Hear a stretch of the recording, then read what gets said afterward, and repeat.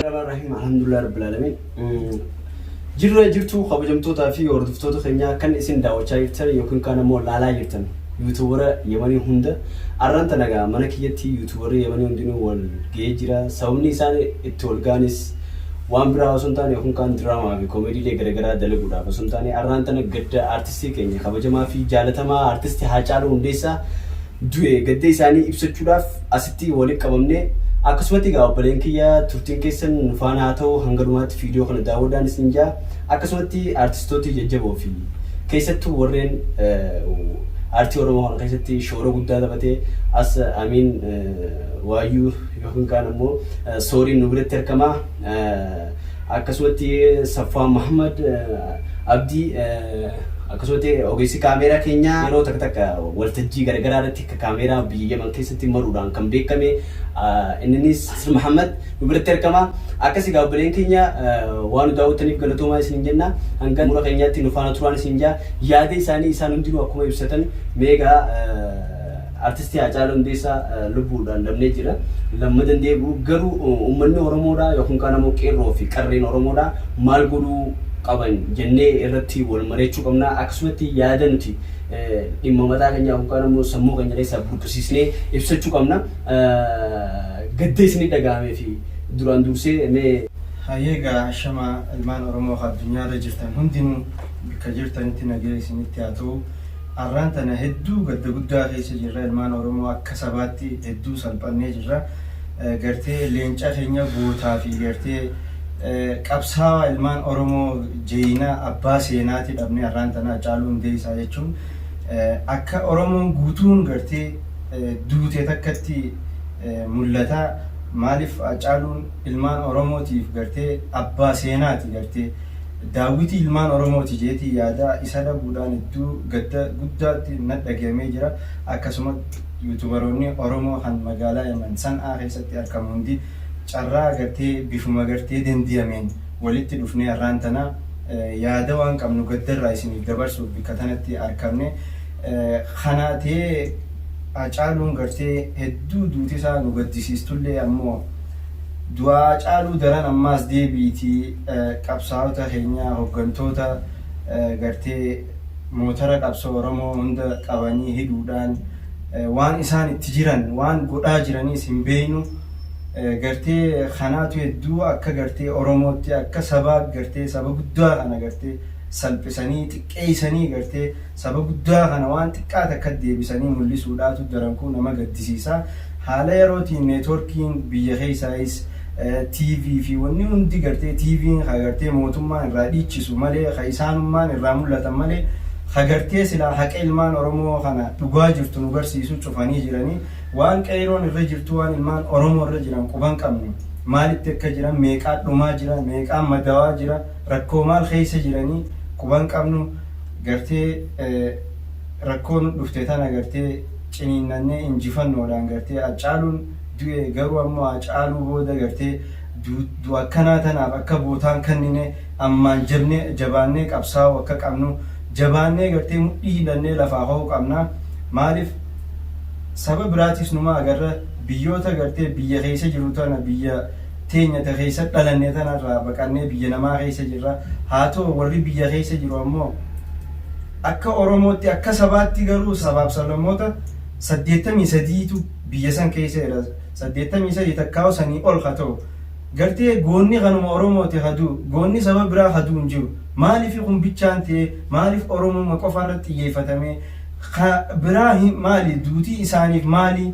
nuti bichaadhaa ka duutii barbaaddu moo maali Haacaaluu bichaa miti kana duraas gartee nama beekamaa Haacaaluudha nurraa fuudhan malee nama hedduu fixaa jiran biyya teenya keessatti rakkoon tun maaliif akkanatti ilmaan Oromoo irratti deddeebitii gartee carraa waan namni hedduunis eegu jiru jecha isaaniifis waan hin dabarsu jecha rakkoo tana gartee akka sabaatti qabsooynee jabaannee furuu qabna rakkoo tana ilmaan Oromoo gartee carraa jirtanii wal hordofaa bakka jirtanii wal quba qabaadhaa gartee arraan tana yoo taatee yoo dadhabamte lafarraa haa dhumnu bikkuma takkatti dhumnee gartee sabni gartee biraa haa jiraachuu fedhu haa jiraatu garuu ammoo haala ammaan tana itti jirru kana keessatti suuta suutaan qabsaa'ota Oromoo jeeyinoota Oromoo hunda guyyaan takka takka nu jalaa fixaa jiraachuun faayidaa takka nu qabdu ija teenya gizee nu keessaa baasanii ija malee deemuun faayidaa maal nu qabdi dukkana keessa deemuun ija teenya odoo qabnu gartee ammaan ija teenya san kabajnee waan isaan nu jaan irratti tarkaanfannee tarkaanfii isaan nu tarkaanfachiisan irratti deemnee ummata Oromoo saba Oromoo bal'aa kana kabajaa inni qabu gartee kabajaasaa ol kaasuudha xiqqaanneen deemnu kanaafuu odoo ija qabnu haa tattaafannu ilmaan Oromoo bakka jirtan hundatti wal quba qabaadhaa akka gartee addunyaatti namu hiriira waan adda addaa bahaa jira nutiis gartee carraa sanillee harkachuu baannu carraa hadeen deemeen akkana dhufnee gadda keenya ibsachaa jirra kanaafuu inshallah walitti dachaanaa mee hiriyoota kiyya yuutuubaroota Oromoo kan wajjin jiranii gama isaaniitiin isin dabarsa. Galatooma السلام عليكم ورحمة الله وبركاته كبجمتوتا في ورلوتوتا كينيا وندي كيسانو بقى نكانو جراتان سنين جنة أبوليسك يا صفوان دبيان دبّتشو بربادو قوتونا جرات عمري جراون عن دبّتو منجرو قالوا أمة أورومو الدنيا رجرتاني في ماتي ورا أجابوا في أكسماس أمة أورومو هندا جاجابنا هوا ربي وسسيني أكنو جرا akkasumas ummanni Oromoo akkuma obboleessi kiyya dubbate bara baraan boo'icha guyyaa lama sadiin boo'anii achiin boodan callisan jechaadha. Itoophiyaan aadama dura baratte san qabattee deemaa jirti. Aadaa sanirraan dabne Oromoon ammoo akkuma durii sanit jira jechaadha. Itoophiyaan durallee ka as geetteen hayyoota Oromoo nyaachuun liqimsuudhaan erga hayyoonni isaa mootiin kinniisaa keessa yoo hin jirre yoo kinniisaa guddaa keessaa mootii yoo fuudhan kinniimni sun guutuun olumaa gada faca'ee dhudhumata jechaadha. Mootii keenya nu keessaa fuudhaat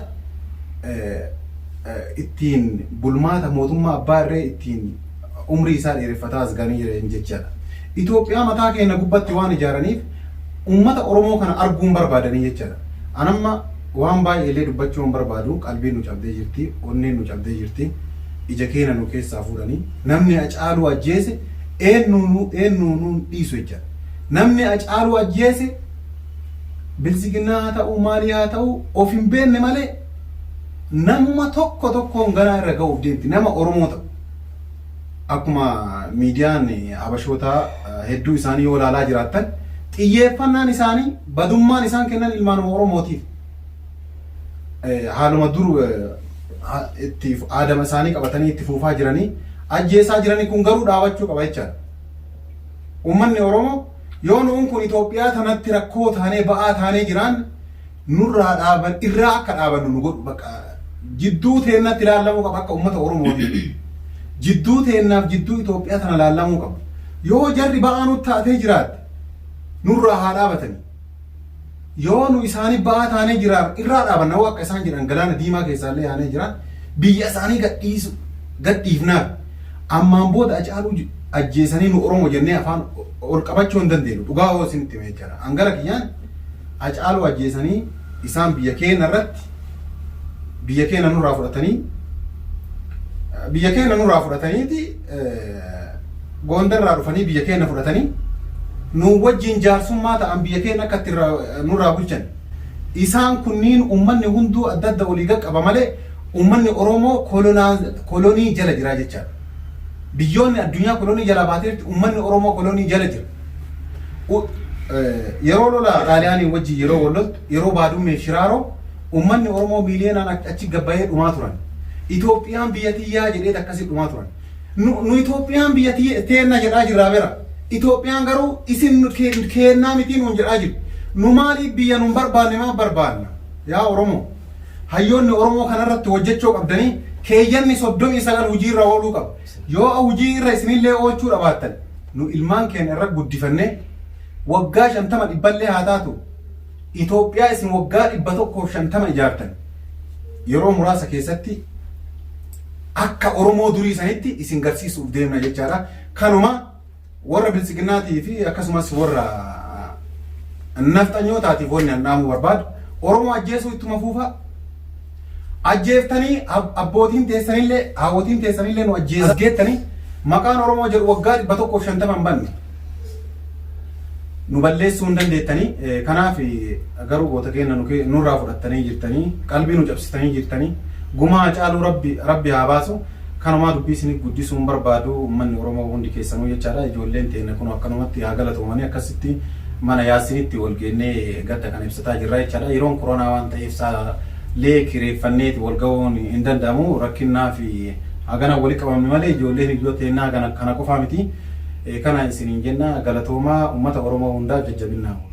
Mee Haji atoo carraan akka nuti baay'ee galatoomaadha. Assalaamu alaikum warahmatullaahi wabarakaatuh. Hordoftoota keenya akkam jirtu nagaa keessanii.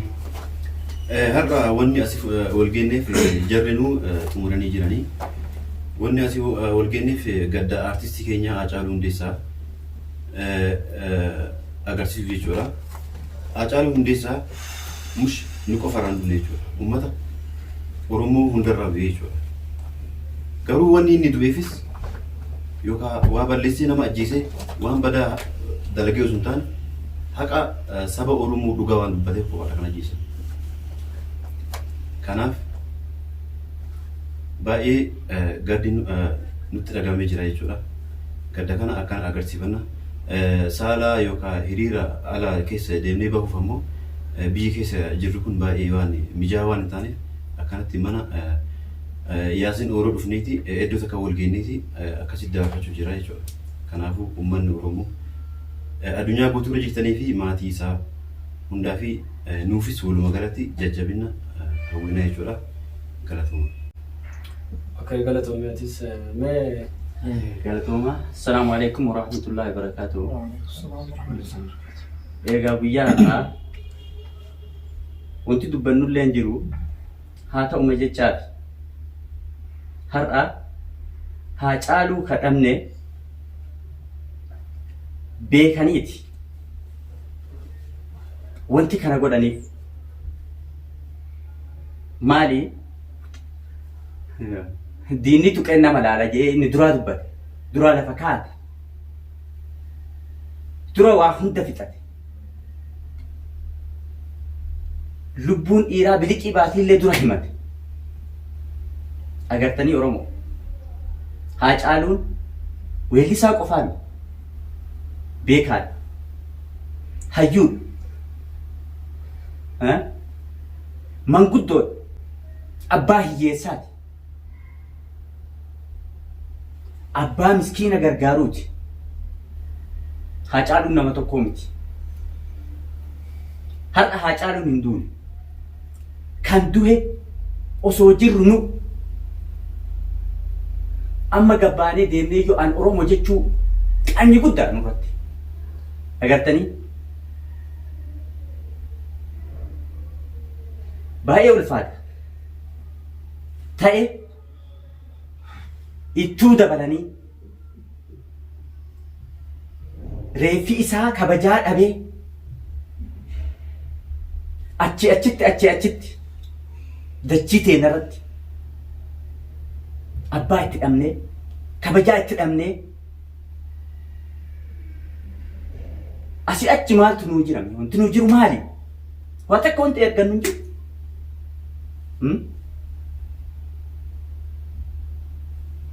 Oromoo waa takka waa lama wanta dubbatu carraan nu qabnu lama qofa Jawaar fuudhanii Haacaaluun du'e achi booda qabsoo Oromoo namni geggeessu hin jiru kaayoon isaanii saniimi ijjis baddu iddoon ijaa hin badduu jedha Oromoon.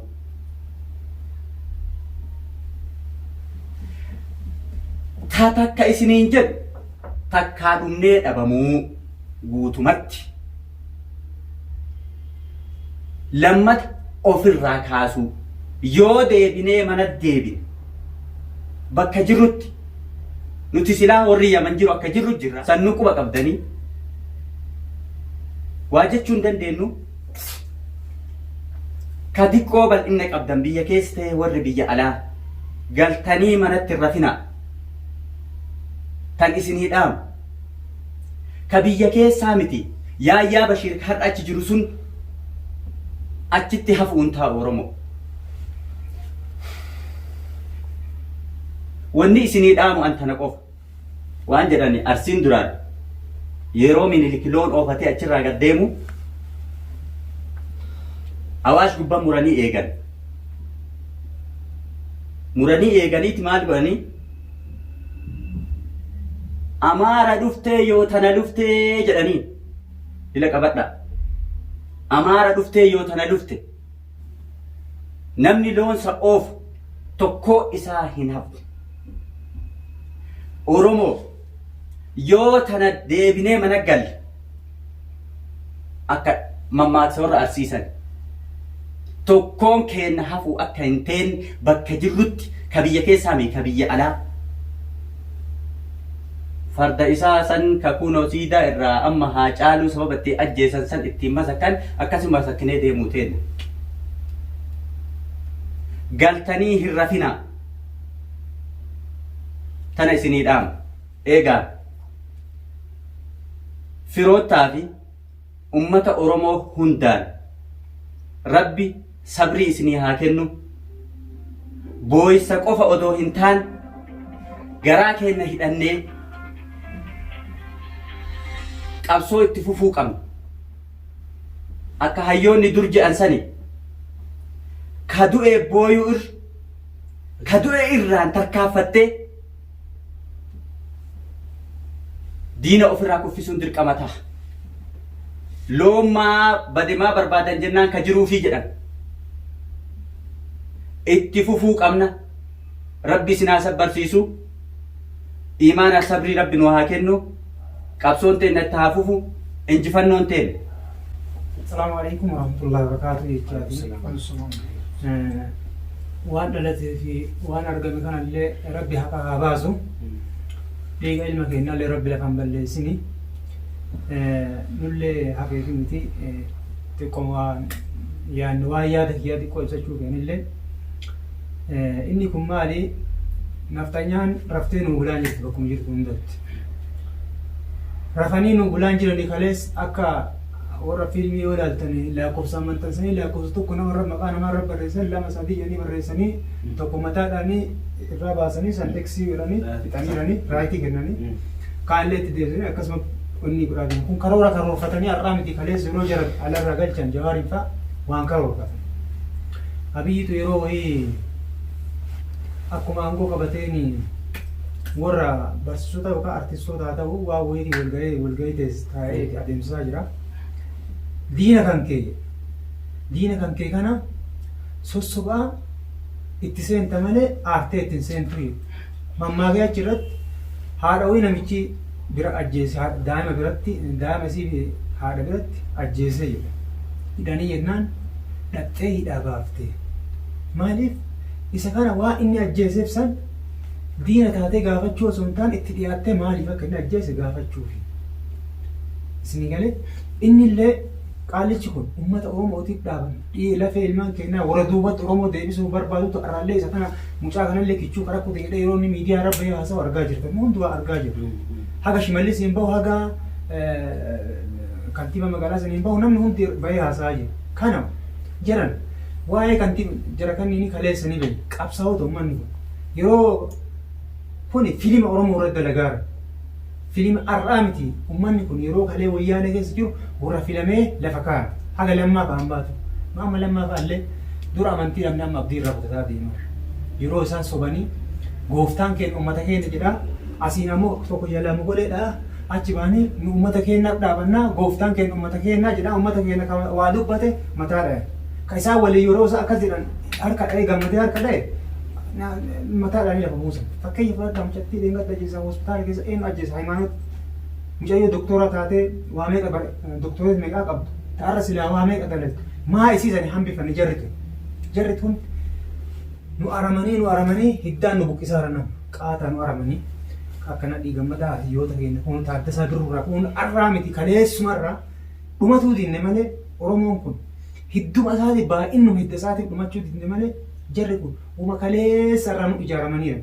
Abiyyi Ahmed kun jaran yeroo kaleessaa san ijaaramee tooftaa hunda baafatee tooftaa Oromoon kun yoo akkam godhan cabuu danda'a.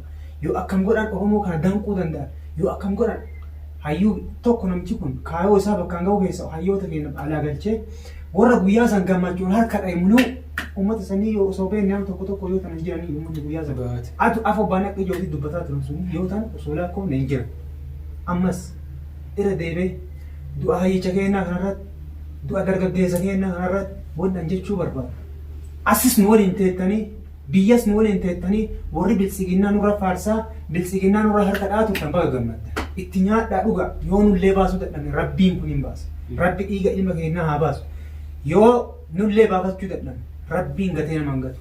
Rabbiin gatee nama hin ganne sun dhiiga isaa haa baasu. Garuu wanni nu tokkoon jechuu barbaada. Hiriyoota keenyas taatanii as kismuugees teettanii warra Oromoo mogolee hafuu mirga isaa yookaan immoo dandeettii isaa tokko namni tokko waa yaadaa miti kaayoo qaba. Kaayoo isaa kana duubatti deebisuuf as teettanii abiyyi nurra faarsitan warra bilisiginnaa nurra faarsitan gammadaa itti nyaadhaa dhugaa nyaanni isin nyaattanii dhugdanillee dhiiga unadhaanii dhiiga mucaa gajiisitan sanii unadhaasanii jenna baa gammaddanii haftu akka gammaddanitti hafu guyyaa tokko ba'uu isaa oolu naasuu irraa bakka mataan keenya waliin konfliktiin ta'uu irraa dubbimallee qajeelchinee haasa'uu dadhabne kanaafi isinillee jajjabina hawwina ilmaan Oromoo hundaaf jajjabina Rabbi haa kennu nama isa caalu bakka Rabbi haa buusu. Haacaaluun duraa beekatee jira akka duu beekatee jira dhaamatee jira waa hunda dhaamatee jira waan inni dhaamate san yoo jiraanne yoo nama taane bakkaan nama ga'u taane bakkaan ga'uudha yoo ammoo nama bakka saniin ga'uu dandeenye taate jiran Oromummaa mulqanne akka durii sanitti deebitee farda jedhamu san farda keenya kanurraa fudhatan san dhiifne akka algaan jara baatanii deeman sani baannee deemu kanas dubbiin jiru kana ta'uuf akka kanan taaneef ammoo tokko taanee keessaa fi alaa wal qabannee walii dhageenyee namni woo tokko waa dubbate dhaga'ee fi yoo kun waa dubbate kun illee walii dhageenyee akkasi beekaa keenya haa qabannu mee garuma jiruttuu haa deemnu har'aayyoo mee fakkeenyaaf ija keenya nu jaamsan waan jedhamu dhagaan jirru waan biyyi keessatti jirtu dhagaan jirru hayyoota gaazexanyoota hunda Oromoo hidhan OMN cufan ONN sirratti haga cufan turan waan tokko osoo hin balleessin miidiyaa sobaan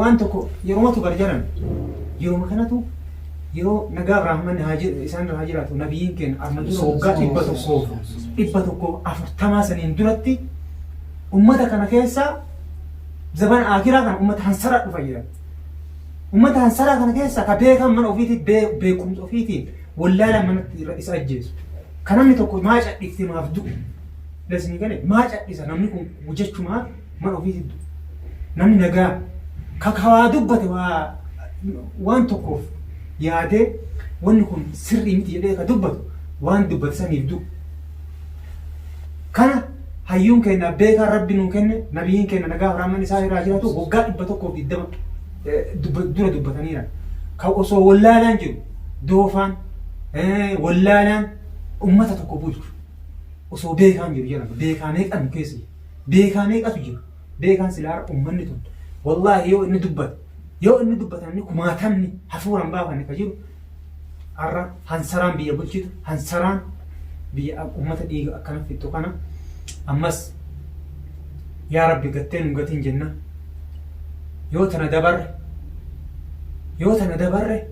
hin laalle hin dabarran seene yoo dabarre hamileen keenya nu cabeera hamilee tana ammoo yaa rabbi nu cabsin jedha gara fuulduraatiin mee walii haa dhageenyu waan jiru akka dhageenyu silatti intarneetiif wanni hundi haga jawaariin fabaatu haga abbaan keenya ijji keenya muluu hidhamtee jirti jedhanii yaa rabbati nu argi jedha ani immoo wallaahi waan naasuurraa akkaataa idee haga ammaa rabni irra bakka waan dubbannullee wallaallee jirra isin maatii isaatii fi uummata Oromoo hundaaf rabbiin obsa haa kennu nama isa caalu bakka nu haa buusu jecha anas marra isin irraa gabaabbadha. Assalaamu alaikum wa rahmatullahi wa barakatuh. Ayo bilisa.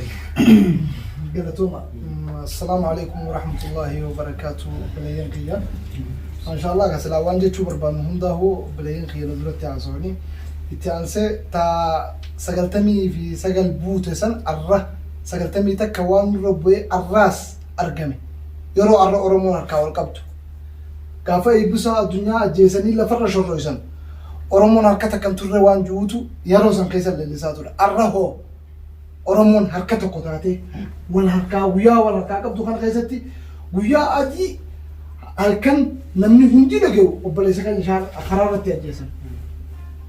Akkamitti deebisaan san dhabamtee waan jiruun qaba yaalmaan Oromoo. Ana akka nama tokkootti yaadallee isinitti hin dheeressu. Haa ta'u ammoo yoo namni 10 sababa isaatti hatuute ammallee nuuf hin kafalamnee jenna gumaan. Haacaaluu booda dhiigni Oromoo dhangala'uu hin qabu waan jiru qabna. Guutumattuu bilisummaa teenyaa fi akka barbaannu argachuu qabnaa. Waan kana ta'eef obboleeyyan yaadallee isinitti hin dheeressu. Reefus dheeressinee haasofne. Wanni 90 takkaasan eegaa arran dura deebite. Qayroo takkaa geessan usinaa nama dhibbaan kafaluu qabdan dhiigaa Haacaaluu. Tanumaan isin jaa'u salaamu alaikum irraa bu'een. Maamee. Ayee galatuma. Ashama harka fuune ilmaan Oromoota biyya keessa fi biyya alaa jirtan hundi keessanuyyuu. Ani waan jedhee dubbadhu sin qabu hiriyoonni kiyyaas hedduun isaanii dubbatanii jiranii. Gadda halkan edaanatti dhagamee duudi nacite irraa dubbachuu dadhabuu kiyyarraa malee karaa tola liibiitillee bahee waan tokko dubbachuu ni danda'a ture. Dubbachuu hin dandeenye waan ta'eeyyuu hin beeku jechuudha guyyaa har'aa kun guyyaa biraa natti ta'e. Haacaaluu jechuudha Haacaaluu miti gaduu irra. Haacaaluun hin duune. Akkuma inni jedhe Oromoo irratti dhukaasetiin arguumanna du'eetiin dachee jala kutuu na wayyaa akkuma jedhe dhugaa isaati kara kanatti. Ammas waraan Oromoo ta'ee jechuudha maqaa Oromoo dhaate poolisii Oromiyaa asirratti dhukaasaa Oromoo ajjeesaa kun barumsa osoo namaaf ta'e baay'ee natti tola jechuudha. Gaafa daadhii galaan ajjeesan osoo manatti deebi'uu baatanii guyyaa sanirraa lolatanii har'a Haacaaluun ajjeesan. Gaafa Jawaariin marsan osoo guyyaa san Oromoo manatti galuu baatetiin guyyaa san falmattee jettee har'a Haacaaluun hin du'u ture. Erga du'e immoo deebisuu hin dandeenyu. Warri har'a gabbaatan immoo manatti ol deebi'uun qaanidha jechuudha. Hanga dhiiga isaa kana baastanii Itoophiyaa jedhan tana bittineessitaniitiin Oromoo biyya Oromiyaa jedhamtu hanga ijaarratanitti jechuudha. Borus mana guuramtanii du'uun keessa waan hin oolle jechuudha. Ani gadda natti dhagame akka jedheetiin ibsu tokkos hin qabu. Baay'ee natti ulfaatee jira waan ta'eef. Kanaaf ammas Oromoon biyya keessaa kaatanii jettan daddaffiidhaan Jawaariif Baqqalallee akka mana hidhaa keessaa baaftaniitiin harka keessanitti deebiftan isiniin jecha gaddi keessan gadda kiyya. Oromoo bal'aa fi saba bal'aa kanaa fi maatii isaaniis rabbiin sabri haa kennuufi. Haacaaluun immoo abbaa hiyyeessaa, abbaa miskiina, abbaa kiristaana hin jenne, abbaa musliima hin jenne, abbaa nama qabeenya qaba hin jenne nama hundaa bira nama dhaabbatu jechuudha. Rabbi jaannatan haa gammachiisu. Qabsoon inni eegale fiixan baana bakkuma jirtanitti nagaa naaf ta'a isiniin jedha. Kanarra dubbachuu hin danda'u. Assalaamu alaikum wa rahmatullahi wa barakatuh. Amma waan hin jiru qabu ani gama kayyaan obboleeyyan keenya haasawanii fi tanuma hunda du'umaan isin godhame amiin na jala ijaa isinis. Yaa Rabbi Oromoo tokkomsi. Yaa Rabbi Oromoo tokkomsi. Yaa Rabbi tokkomsi. Yaa Rabbi adda nun facaasin. Yaa Rabbi dhiiga keenya kadhan galee lafatti nu hambisin. Yaa Rabbi laafaa keenyaas nu jabeesi. Yaa Rabbi fayyadamees nu baasi. Yaa Rabbi hajjiruus Rabbi nu haa jajjabeesi. Subhaana rabbika rabbil izzati amma yasifuun wa salaamu.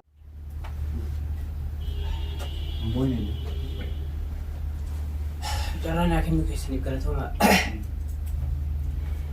Wallahi wanta baay'ee nama yaachisu wanni jarri mataan dha'u jirti wanni waan beektee hin jirtu. Namni tokko yeroo mataan dhukkubee nama isa harkisee deemuun barbaadata malee ofiin deemuu hin danda'u.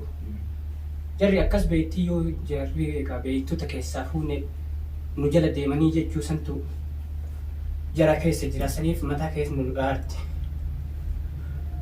Anammoo wanni jedhullee hin jiru maaliif nuti biyya ambaa keessa jirraa dandeenyee waan takka tarfaan keessa fudhachuu hin dandeenyu.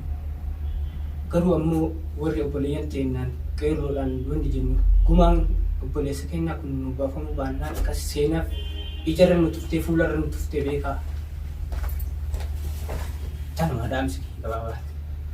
Okay, galatoomee obboleessa keenya. Egaa hojjetootaa fi hordoftoota keenya qophiin keenya akkuma itti fufee jira. Mee wanni takka wanni isin kaasuu barbaadu.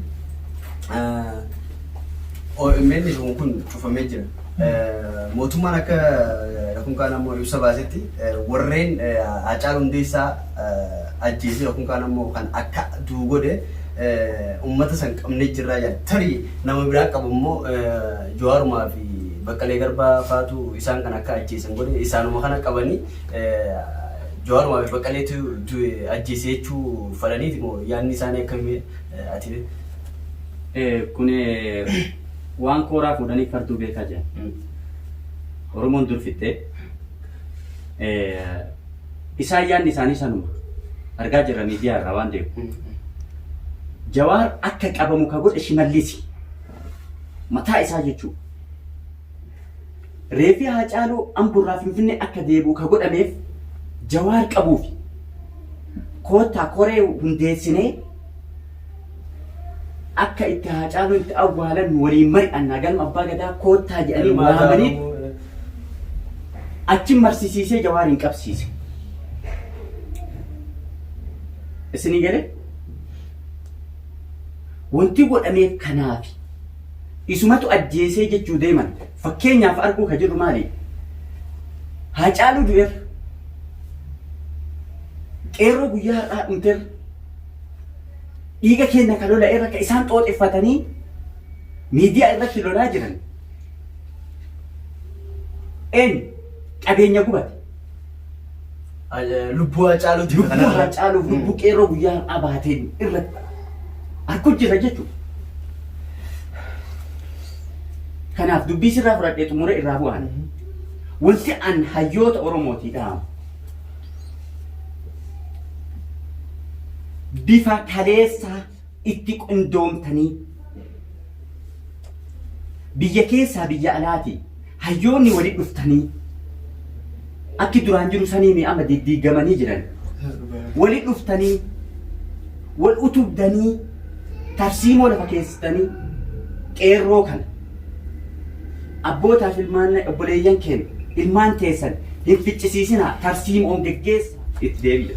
Dhugaadha kanumarratti yaada tokkoon siitiidha maaliif jennaan Suudaan fakkeenyaaf yeroo fudhannee daabboon qaalootii ichi booda kana uummanni hiriira ba'ee ichi booda mootummaa Suudaan hidhan booda eega hidhan booda mootummaa waraanaa ajajaan waraanaa akkuma Abdul Fattaan ICC namticha qabee hidhatti inni aangoo irra qole akkasitti uummanni Suudaan ati duraanuu paartii duraanii keessa jirtaa saniifuu bikka numbuutu jaaniiti paartii siyaasotaa bikka buufatanii paarlaamaa keessatti hidhaman.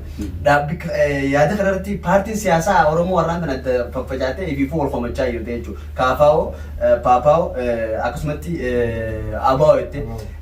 Yeroon qeerroon lafarraa kaatee fincila kaaftee ammaasii akkuma bara 2017 keessa fincila kaaftee wayyaanee uummata rasaasa yookaan kaan ammoo qawwee gurguddaa qaban uummata Oromoo waxalaa turan kan nurra dhaadatan mootummaan zayituunaa bitee kan dhagaan buusan jaanii qeerroon Oromoo bikka takkaa lafarraa kaatee TPLF san wayyaanee san maqalee galchite arraan tanoo qeerroon Oromoo lafarraa kaatee mootummaa kana ni jiisiti ichi booda dhaabni Oromoo hamtu bikka boo tarii dhaabuu Oromootiif wanni ati dhaabdu tokkummaa bikka kanatti uumuun qabani amma isaan kana dhaaboo Oromootiif maal dhaabdani Oromoo bikka bu'anis laata. Inni kun maal fakkaate?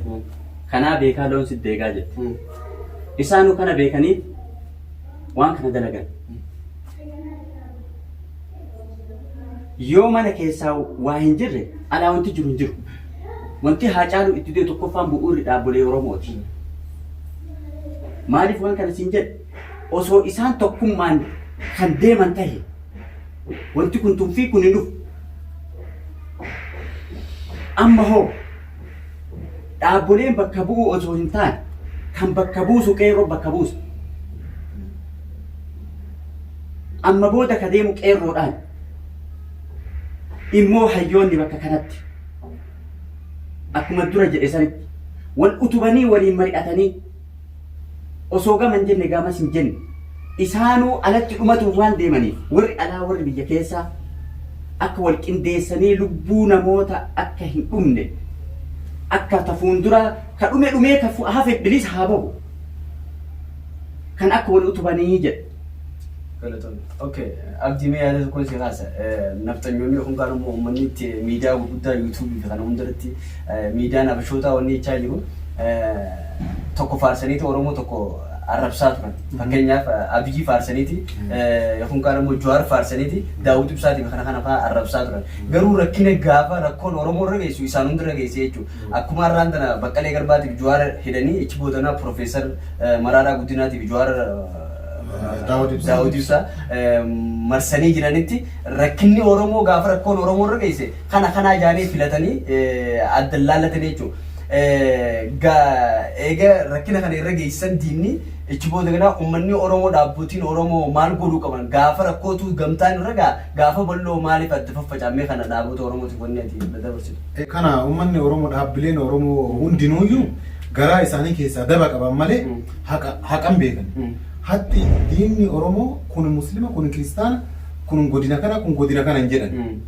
Kun Oromoodha kan isaan irratti xiyyeeffatan jecha. Osuma jala fiiganii osoo jala fiiganii kabiraadhiisi goobana daacii osoo Oromoo akkasitti harkaa fi harma muraa aanoleef calanqoo akkasumatti kan goosise namticha san guutuu ka ajjeese meelikum.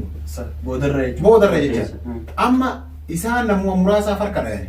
Namni muraasaaf harka dhayanii isaan sanillee warra harka dhayanii sanillee gaafa inni waan Oromoo dubbate maqaa ofii maan ta'in qulqulleessee waan Oromoo dubbannaan taargeettii dhayan jecha.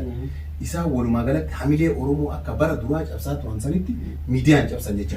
Hatta haadhallee yoo argitu. Ammumallee bar Haacaaluun hundeessaa goota lameenuu obboleessi kiyya dubbatee jira. Goota dhabnee isaan garuu kan dubbatanii goota san gadi buusanii qabeenyaaf dubbatan jecha. Qabeenya gubbatan. Akka uummanni Oromoo kana balleessaraa jedhee akka du'a kana dagatu. Akka qabeenyi sun waan guddaatti akka lubbuun namaa rakkasaatti akka laatu. Kanaaf akkana jedhanii uummanni dhaabbileen Oromoo sharrii garaa qabdi malee diinni isaanii tokkuma. Gaafiin isaaniillee tokkuma. Hojiin isaaniillee tokkuma obboleessa kiyya. Hujimmaan isaaniillee tokkuma.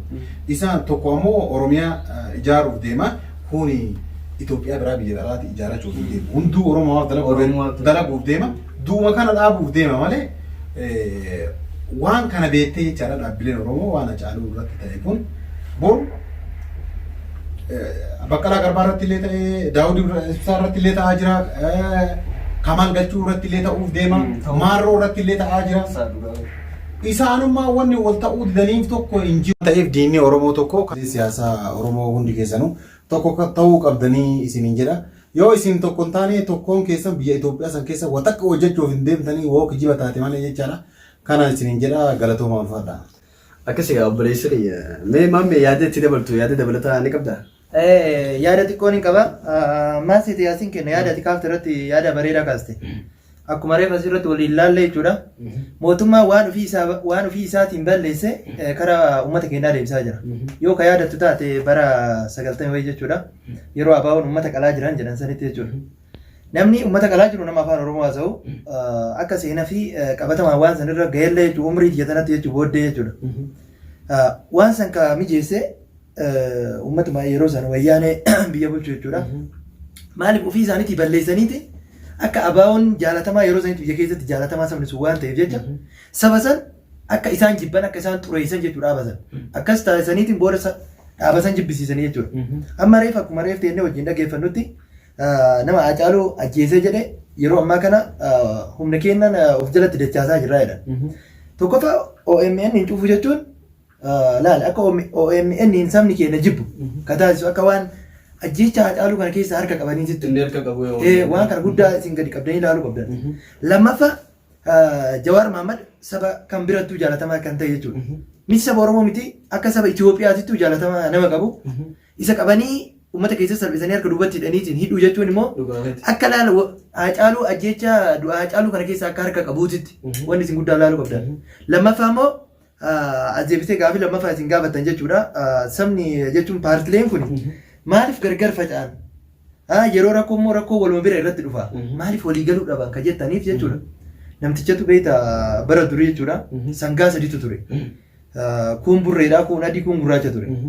Akkasitti xilaanni maal godhere sangaan kun dur jechuudha walii galteedhaan bobba'anii galan. Gurraacha fi barruutti dhaqeetiin adii kanatu isin keessaa mul'ataati. Adii kana ofirraa ari'aa ofirraa baasa. Xilaanni adii kana argeetiin dhufee isin balleessa. Gaafa isaan adii kana ka duraa walii galteedhaan waliin nyaatanii waliin galan ka xilaata wal bira ofirraa ittisan. Adii kana guyyaa isaan ofirraa baasanitti adii kana kophaa nyaatanii jechuudha. Akkasitti gurraacha immoo kophatti waamaniitiin barruun kun barbadeessi biraa mul'ataati ofirraa ari'ii jedhaniin. Gaafa kana akkam godhan kophaa isaaniitti nyaatanii jechuudha. Tokko tokko qabanii. Kanaaf ani wanni beekumsa osoo qabaachuu osoo hin ta'initti wanni ani saba kiyyaaf dhaabu wanni ani paartii kanaaf dhaabu jechuudha. Sabni Oromoo illee wanni asirratti beekuu qaban wanta mootummaa yeroo ammaa baasaa jiru kanatti akka saba keenyaa fi akka paartilee ta'een akka isaan jibbisiisan waan taasisaa jiraniif kanas akka irraa baran. Lammata immoo paartiin keenya immoo akkuma qotiyyoota sadiin kanatti wal baranii tokkummaa isaanii jabeessanii walitti akka deebi'anidha. dhaamsa ni qabu kanuma. Dhaamsi qeerroof qabu immoo qeerroon immoo bootaa jiranii haala gahaa ta'een bootaa tokko wal gurmeessanii akka yaa'an sa'aan ta'anii akka hin deemne. Waan qabanii kana immoo akka galmaan gahan dhaamsi ani qabu asirratti kanuma dhiifama naa godhaati. Uummanni kiyyas naa oolfachuu kanuma hin jedhu. Obboleen kiyya wanni asitti argamneef gadda nutti dhagahame ibsachuu fi anillee dhaamsa tokko dhaamitu anisumaan waltajjii keenya kun kan qophii keenya xumurra. Egaa akkuma isin jettanitti namni dubbii namarraa fitanii yaani dubbii duraa fitanii jirtanii wanniin irratti dabalu hin jiru. Tokkoffaa waliin irratti dabalu kan dabalata maali? Uummanni Oromoodhaa dammaquu qaba. Akkuma ibsa mootummaan baasetti nama Haacaaluu hundeessaa ajjeese qabnee jirre jedhanii namni Haacaaluu hundeessaa ajjeese kan biraa osoo hin taane Jawaar Mohammadii fi Baqqalaa Garbaatiif kana jechuudha. Akkasitti ammaas warra Abbaay giddibii yookiin kan ammoo hidhinsa Abbaay kana kan dura dhaabbatu jiru warra Masrii wajjin baandaa jaaniitii dubbachaa jiranii baandaa san silaa maqaadhaanii tarkaan bira fudhachuu qaban jechuudha. Yoon fi ammoo baandaan sun dhugumaan TPLF Tigraay keessi jirtu taate biyya federaala wajjin bulchu jiranii waliin bilchiginnaadha jechuudha. Isaan irratti mootummaa aangoo qabanii deemanii biyya biraa keessa hin jiran jechuudha. Yookaan TPLF dheengadda nama keenya gabroonsu turte taarraan tana baandaa taate tun Eertiraa fi Somaaliyaa keessa hin jirtu jechuudha. Biyya Itoophiyaa jala federaala jala jirte jechuudha. Deemanii tarkaan bira fudhachuu danda'an jechuudha.